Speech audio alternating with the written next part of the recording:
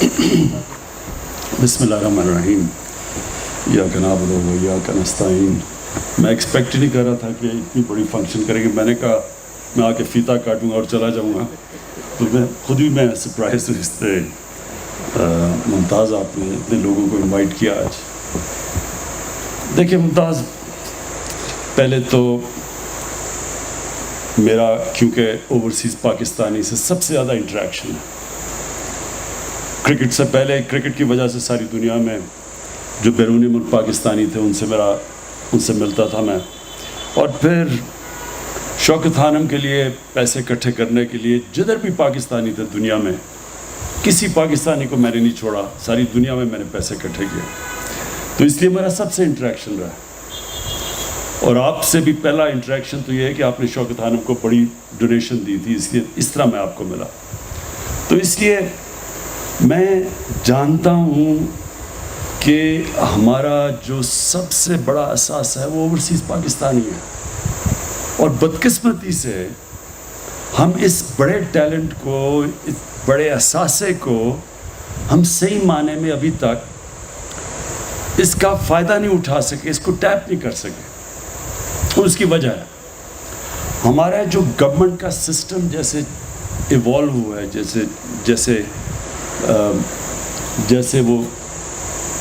جیسے بڑھتا گیا ہے.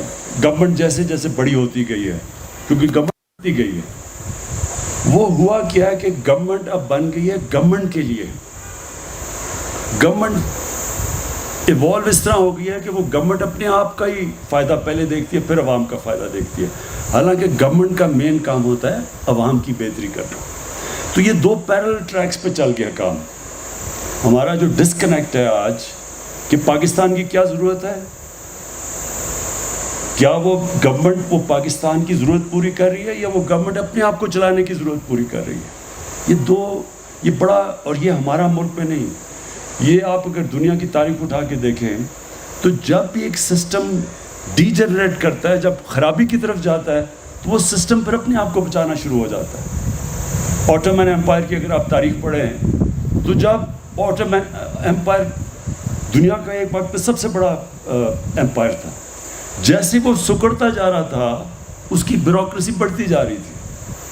تو اس سے جو میں کہنے کی کوشش کر رہا ہوں یہ کہ جو اس ملک کی اس وقت سب سے بڑی ضرورت کیا ہے، ویلتھ کریشن، دولت میں اضافہ کریں. ہم پاکستان کا دولت میں جب اضافہ کریں گے نوکریاں ملیں گی، ٹیکس کلیکشن بڑھے گی، اتنے جو قرضے چڑھے ہوئے ہیں اس ملک کے اوپر ہم اپنے قرضے واپس کر سکیں گے. لیکن جو گورنمنٹ ہے جس طرح ہماری بن چکی ہے وہ اس طرح دیکھتی نہیں ہے. تو جو ہم اب کوشش کر رہے ہیں کہ یہ جو دو پیرل سٹریمز ہیں ان کو اکٹھا کریں. تو جو اوورسیز پاکستانی ہیں ان کی ریکوائرمنٹ یہ ہے کہ جب وہ پاکستان میں آئیں تو ان کے لیے آسانیاں پیدا کریں. ہم ان کے لیے ہم موقع پیدا کریں کہ وہ اپنا پیسہ انویسٹ کر سکیں. لوگوں کو اس چیز کا علم نہیں ہے کہ جو اوورسیز پاکستانی کے پاس اس وقت جو ان کا جی ڈی پی یا سالانہ آمدنی ہے، 90 لاکھ پاکستانی باہر ہیں. یہ 90 لاکھ پاکستانی کی جو سالانہ آمدنی ہے وہ تقریباً ہماری 22 کروڑ لوگوں کی اتنی آمدنی ہے. تو یہ سب سے پیسے والے، ہنر والے اس وقت پاکستانی باہر بیٹھے ہوئے ہیں. ایک سسٹم نے جو ابھی مسلم نے بڑی اچھی طرح بیان کیا کہ ایک سسٹم ان کو یہاں چلنے نہیں دے رہا تھا، وہ باہر جا کے کامیاب ہو گئے. یہاں کامیاب نہیں ہو سکتے، سسٹم روک کے رکھا ہوا تھا. باہر گئے، انہوں نے کوئی سفارش نہیں تھی، لیکن سسٹم نے اجازت دی ان کو پیسہ بنانے کی، کامیاب ہونے کی. اور یہی آپ دیکھیں گے جو ہمارا بہترین ٹیلنٹ باہر چلا گیا، اس کی بہت بڑی وجہ یہ تھی ہم اس ملک میں ان کو، اس ٹیلنٹ کو فنکشن کرنے کے لیے موقع نہیں پرووائڈ کر رہے تھے. تو ہم اس وقت اس احساسے کو جو باہر ہمارا بیٹھا ہوا ہے، جس کے پاس ڈالرز ہیں، انویسٹمنٹ کرنے کے لیے ڈالرز ہیں. اب دو چیزیں ہیں، ایک تو وہ جب انویسٹ کریں گے تو ہماری نوجوان آبادی ہے، ان کو نوکریوں کی ضرورت ہے. تو ایک تو ہم نے اپنی نوجوان آبادی کو نوکریاں دینی ہیں. تو جب وہ پیسہ اپنا انویسٹ کریں گے نوکریاں ملیں گی. لیکن اس سے بھی بڑی چیز اس وقت پاکستان کا مسئلہ یہ ہے کہ ہم نے اپنی تاریخ میں کوشش ہی نہیں کی اپنی ایکسپورٹس بڑھانے کی. ایک ملک تب امیر ہوتا ہے جب اس کے پاس چیزیں دنیا کو بیچنے کے لیے ہوں. جب اس نے اپنے ایکسپورٹس بڑھائی نہیں, یعنی ایک سنگاپور کی $300 ارب کی ایکسپورٹس ہے, 60 لاکھ کی آبادی ہوگی اس کی. پاکستان کی انشاءاللہ اس باری 30 ارب کی ایکسپورٹس ہوگی. ملیشیا جس کی کوئی 6 کروڑ کی آبادی ہے, اس کی $200 ارب کی ایکسپورٹس ہے. تو ہم 22 کروڑ لوگ سوچیں کہ ہم کتنی چیزیں ایکسپورٹ کر سکتے تھے, لیکن کبھی نہ گورنمنٹ کسی نے کوشش ہی نہیں کی. تو جب تک ہم اپنی ایکسپورٹس بڑھا رہے ہیں اور ایکسپورٹس بڑھیں گی تو ہم اپنا ڈالر کا قرضہ واپس کریں گے. ایکسپورٹس بڑھیں گی تو ہمارا روپیہ مضبوط ہوگا, لوگوں کی دولت میں اضافہ ہوگا. لیکن جب تک ہماری ایکسپورٹس نہیں بڑھ رہی تو جو ہمارا اوورسیز پاکستانی بیٹھے ہوئے ہیں ان کو کسی طرح پاکستان میں لائیں تاکہ وہ انویسٹمنٹ کریں. جب وہ انویسٹمنٹ کریں گے ہمارے ڈالرز, اور جب ڈالر لے کے آئیں گے ہمارے ریزروز بڑھیں گے, روپیہ مضبوط ہوگا. جیسے جیسے روپیہ مضبوط ہوتا جائے گا مہنگائی کم ہوتی جائے گی, غربت کم ہوگی. تو اس سائیکل میں آپ نے سمجھنا ہے کہ کیوں ضروری ہے ہمیں کہ ہم اوورسیز پاکستانی جس طرح مسلم ہیں ان کو پوری طرح کوشش کریں کہ پاکستان میں وہ موقع دیں کہ وہ اپنا پیسہ انویسٹ کر سکیں. ابھی تک اوورسیز پاکستانی کیا کرتے تھے؟ وہ زیادہ سے زیادہ ایک پلاٹ کے اوپر پلاٹ خرید لیتے تھے, اور بدقسمتی اس سسٹم کی خرابی اتنی تھی کہ وہ پلاٹ لیتے تھے اس کے اوپر قبضہ ہو جاتا تھا. اور کتنے پاکستانی آئے کہ انہوں نے بیچاروں پیسے بنائے, اور خاص طور پہ مزدور 15-20 سال پیسہ اکٹھا کر کے بیچاروں نے پلاٹ لیا, یہاں قبضہ گروپ نے وہ پلاٹ کے اوپر قبضہ کیا, اور ہمارا نظام ہی ایسا تھا کہ وہ کچھ بھی نہیں کر سکتے تھے. تو اس وقت یہ ہماری جنگ ہے اس سسٹم کو ٹھیک کرنے کی, اور اس سسٹم کو ٹھیک کرنے کی جنگ ایسے ہے کہ ہم قانون کی بالادستی کی جنگ لڑ رہے ہیں, رول آف لا. ایک معاشرہ تب آگے بڑھتا ہے جدھر قانون کی بالادستی ہو. کوئی بھی ملک خوشحال نہیں ہے جدھر قانون کی بالادستی نہیں ہے. آج امیر ترین ملک ہیں وسائل کے طور پہ افریقہ میں ہیں, کئی امیر ترین ملک ہیں, لیکن کیونکہ وہاں قانون کی بالادستی ہیں غربت کی انتہا ہے. اور پاکستان کا بھی یہ مسئلہ ہے کہ جیسے جیسے ہم اپنا رول آف لا, ہم اس ملک میں قانون کی بالادستی وہ جیسے جیسے قائم کرتے رہیں گے, خود ہی اوورسیز پاکستانی پاکستان میں آ کے پیسہ انویسٹ کریں گے, کیونکہ ان کو اعتماد ہوگا کہ ان کے پیسے کے اوپر کوئی قبضہ نہیں کرے گا, ان کی پراپرٹی کے اوپر ان کی کانٹریکٹ انفورس ہوگا. تو اس کے لیے یہ ہے ساری سٹرگل چل رہی پاکستان کی اس وقت. یہ جو سارے پرانے بڑے بڑے لوگ جنہوں نے اربوں روپیہ چوری ڈالر چوری کر کے باہر بڑے بڑے محلات لیے ہوئے ہیں, یہ سارے جو اس وقت اٹیک کر رہے ہیں اس گورنمنٹ کو, ان کا مسئلہ یہ ایک ہے, یہ قانون کی بالادستی نہیں چاہتے. کیونکہ اس وقت یہ وہ لوگ ہیں جو کرپٹ سسٹم سے فائدہ اٹھا کے بیٹھے ہوئے ہیں, اور کرپٹ سسٹم کی وجہ سے انویسٹمنٹ نہیں آتی. یہ دبئی کیوں جا کے انویسٹ کرتے ہیں؟ کیونکہ دبئی میں قانون ہے, کوئی کسی کی ضرورت نہیں ہے ان کی زندگی کو کوئی پیسہ مانگے, کچھ کرے, رشوت مانگے, کوئی کسی کی ضرورت نہیں ہے. سارے پاکستانی کراچی سے اٹھ کے جا کے دبئی میں پیسہ لگا رہے ہیں. تو وہی اب ہم نے کرنا ہے کہ یہاں قانون اسٹیبلش کرنا ہے تاکہ باہر سے پاکستان میں پیسہ آئے. اور انشاءاللہ جس طرح ہم 3 سال پوری جنگ لڑ رہے ہیں اس کے لیے, انشاءاللہ میں ہر سال ہم آگے بڑھتے جا رہے ہیں اس میں, اور ہر سال آپ دیکھتے رہیں گے کہ اوورسیز پاکستانی زیادہ پاکستان میں آ رہے ہیں. ہماری انڈسٹری چل پڑی ہے اس وقت. آج دیکھیں ریکارڈ گاڑیوں کی سیلز ہو گئی ہے. یعنی جب انڈسٹری چلتی ہے لارج اسکیل مینوفیکچرنگ میں سب سے زیادہ اضافہ ہوا ہے اس بار.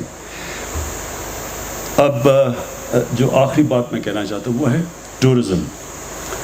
کیونکہ میں نے دنیا میں تقریباً ساری دنیا دیکھی ہے, اور مجھے ویسے بھی شوق ٹریولنگ کا بہت تھا, اور پاکستان سارا میں نے دیکھا ہوا ہے.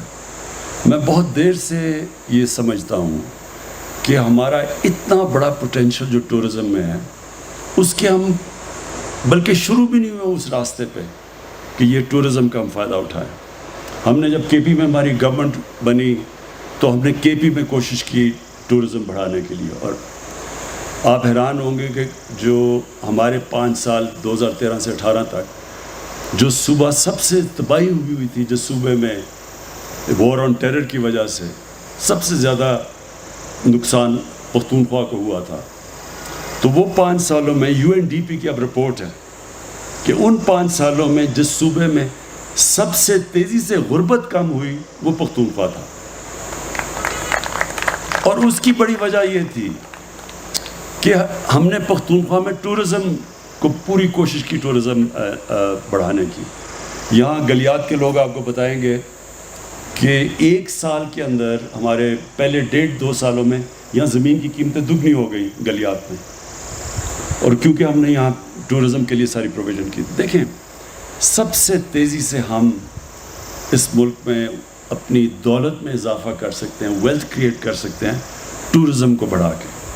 اور یہ جو آج مسلم، یہ ایک اس سفر کے اوپر ایک بہت بڑا قدم ہے. ہلٹن جیسا اگر بڑا برانڈ اور اس جگہ پہ یہ واٹر شیڈ کے اوپر ہے، اس سے بہتر لوکیشن نہیں مل سکتا کہیں بھی. جب آپ ہلٹن جیسا یہاں 5 سٹار جب ایک ہوٹل بنے گا تو اس سے کیا ہوگا؟ اس سے پیسے والے لوگ آئیں گے. اصل میں ٹورزم 2 قسم کی ہوتی ہے، ایک میس ٹورزم ہوتی ہے، ایک ہائی اینڈ ٹورزم ہوتی ہے. جو اصل پیسہ جنریٹ ہوتا ہے وہ ہائی اینڈ ٹورزم سے ہوتا ہے. تو جب ہلٹن آتا ہے تو ہائی اینڈ ٹورزم آگے بڑھتی ہے. اس کے ساتھ ساتھ پھر جو چیزیں کیا آئیں گی، یہاں اسکیئنگ بڑھے گی. پہلے سردیوں میں خالی پڑا ہوتا تھا یہ سارے گلیات، اب سردیوں گرمیوں میں دونوں میں ہوٹلز بھرے ہوئے ہوتے ہیں.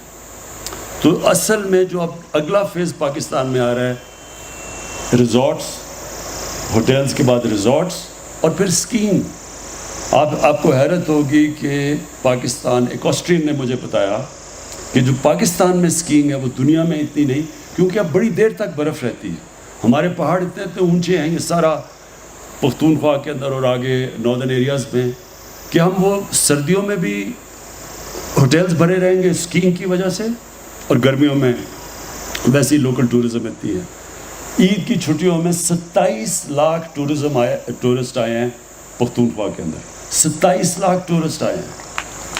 اب سوچ، یہ جب ٹورسٹ آیا ہے اس کے لیے ہم کوئی ریزورٹس کر دیتے ہیں. وہ بچوں کے ساتھ لوگ آتے ہیں، بچوں کے لیے، جس طرح یہاں سے دبئی جاتے ہیں. اب دبئی میں کیا ہے؟ وہ صرف ریت ہے، سمندر ہے، لیکن وہ ریزورٹس بنا دیتے ہیں، وہ ریزورٹس پہ پہنچ جاتے ہیں لوگ، اور ریزورٹس کی وجہ سے پیسہ خرچ کرتے ہیں وہاں.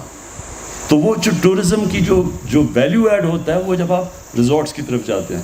تو اب اگلا فیز اس کا آئے گا، ریزورٹس ڈیولپ کریں گے، اسکیئنگ، اور یہاں آگے بڑے ایریاز ہیں.